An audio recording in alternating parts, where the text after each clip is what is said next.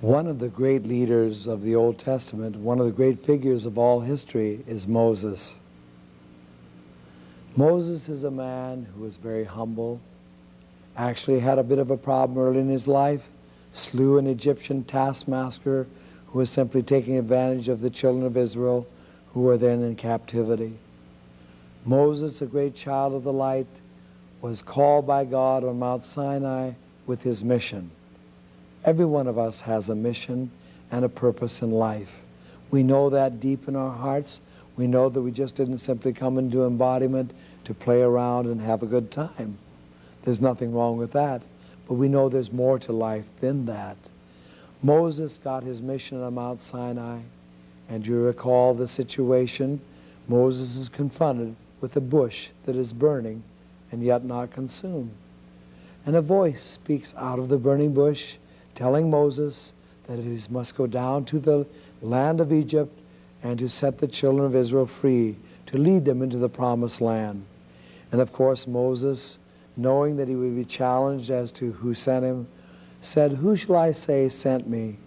And the voice responded out of the burning bush, "Say, I am that I am sent you. And this is my name forever, and it shall be a memorial for all generations." I am that I am. That is the name of God. That is the name of the source of life. That is the name of our Heavenly Father. I am that I am. I, essence. Am, exist. I exist. Life is real. God is real. You are real. You and I can claim that reality.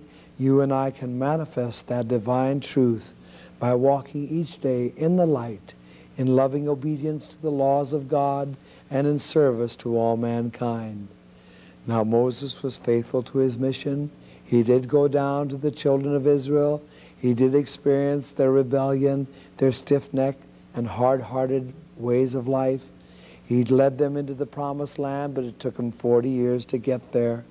40 years because of the rebellion, the disobedience, and the lust of the flesh and the pride of this life manifested by the children of Israel. And so the Old Testament is a story of the law and the prophets. Moses, the supreme figure of the lawgiver, the spokesman for God the Father, as the Old Testament unfolds the principle of God as Father. And the prophets were those who were sent as the messengers of God to call forth the light and to instruct the people to obey the laws of God, telling them that if they didn't, their karma or their cause and effect would send back to them that evil which they sent forth. We're told that 23,000 fell in one day. These were children of Israel who were a whoring and a harloting, and as a result of that disobedience, 23,000 fell in one day. And so we need to be aware that the Old Testament is a very beautiful story of the covenant relationship between God and His children. The children of Israel, all of those who we can say is real, are real. Those individuals who claim the reality of their Christ consciousness and become it. And so in a very great sense of the word, the Old Testament is a love story between God and His children.